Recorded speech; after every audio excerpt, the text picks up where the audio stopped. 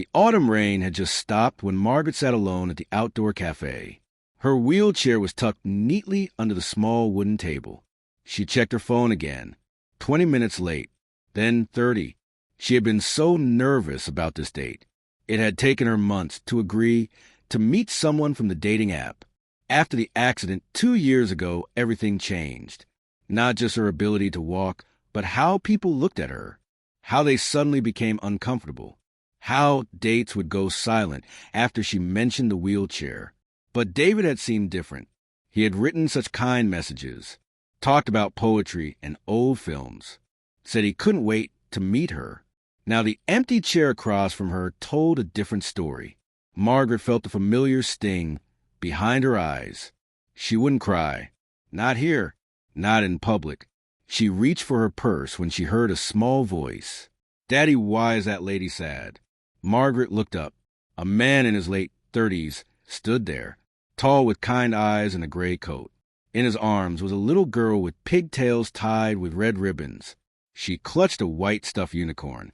The girl couldn't have been more than 4 years old. "I'm sorry," the man said quietly. His voice was gentle. "My daughter Emma notices everything." Margaret managed a small smile. "It's all right. Are you waiting for someone?" Emma asked. Her voice was sweet and curious. Before Margaret could answer, the man spoke. "Emma, that's not polite to ask." But something in his eyes was concerned. Genuinely concerned. Not the pity she usually saw. Just human kindness. "I was," Margaret heard herself say. "But I don't think they're coming." Emma's face crumpled. "That's mean." The man shifted his daughter in his arms.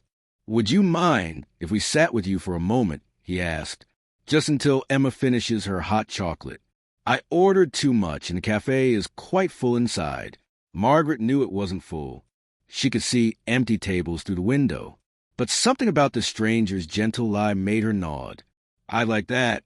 His name was Thomas. He didn't ask about the wheelchair. Didn't look at it with that careful avoidance people often had. He just talked about Emma's love of unicorns, about the changing leaves, about the little bakery down the street that made the best apple tart. Emma chimed in constantly, showing Margaret her unicorn, telling her about preschool, about her best friend who had moved away. "I miss Lucy," Emma said softly. Thomas touched his daughter's hair. "I know, sweetheart." There was something in his voice, a deeper sadness. "Emma's mother passed away last year," Thomas said quietly, when Emma was distracted by a passing dog. "Cancer." "I'm so sorry," Margaret whispered. "Some days are harder than others," he continued. Today was one of those days. We came out just to be around people, to remember that the world still turns. Margaret understood that feeling. After her accident, she had spent months isolated, afraid to face the world from this new height, this new reality. "I know what you mean," she said. They talked for over an hour. The cafe lights grew warmer as evening approached. Thomas told her about his work. He ran a small manufacturing company his father had started. Nothing glamorous, he said, but it employed 40 families. Good people who had been with him for years. Margaret shared about her work, too. She had been a teacher before the accident. Now she tutored online, literature and writing, helping students find their voices. "That's beautiful work," Thomas said, and the way he said it. She knew he meant it. Emma had fallen asleep against her father's chest, the unicorn tucked under her chin. "I should get her home," Thomas said, but he didn't move right away. "Can I ask you something?" he said. "The person who didn't show up, do they know what they missed?" Margaret felt tears spring to her eyes again, but this time they were different. "I don't think so," she managed. Thomas reached into his pocket, pulled out a business card. "I'm not good at this," he said. "Haven't done this since before Emma's mother, but I'd like to see you again. If you'd want that, maybe coffee, or that bakery I mentioned. No pressure, just a chance to talk more." Margaret took the card. Her hands were shaking slightly. "I'd like that very much." Thomas smiled. It transformed his whole face, made him look younger. "Saturday afternoon," he asked, "if you're free." "I'm free." As Thomas stood carefully, cradling his sleeping daughter, Emma stirred. Her eyes opened halfway. Bye-bye, pretty lady, she mumbled. I hope you're not sad anymore. I'm not, Margaret said, and she meant it. Thomas walked away into the evening, then turned back. Margaret, he called softly. She looked up. That person who didn't show.